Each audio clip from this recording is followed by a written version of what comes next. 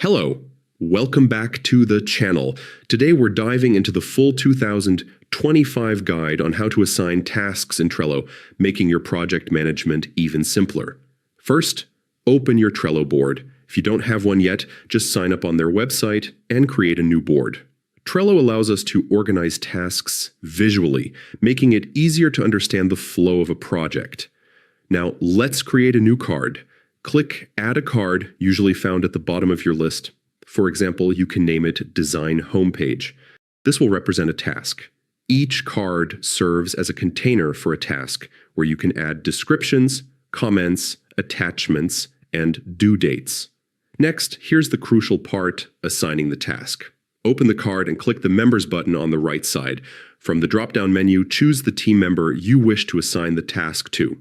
Assigning tasks makes it clear who's responsible for what, enabling accountability and effective collaboration among team members. After assigning, don't forget to hit Save. The assigned member will receive a notification about the new task. To assign the same task to multiple members, just repeat the process. And there you have it. Now you know how to create cards and assign tasks in Trello, streamlining your project management process. Remember, the key to effective use of Trello lies in regular updating and clear communication.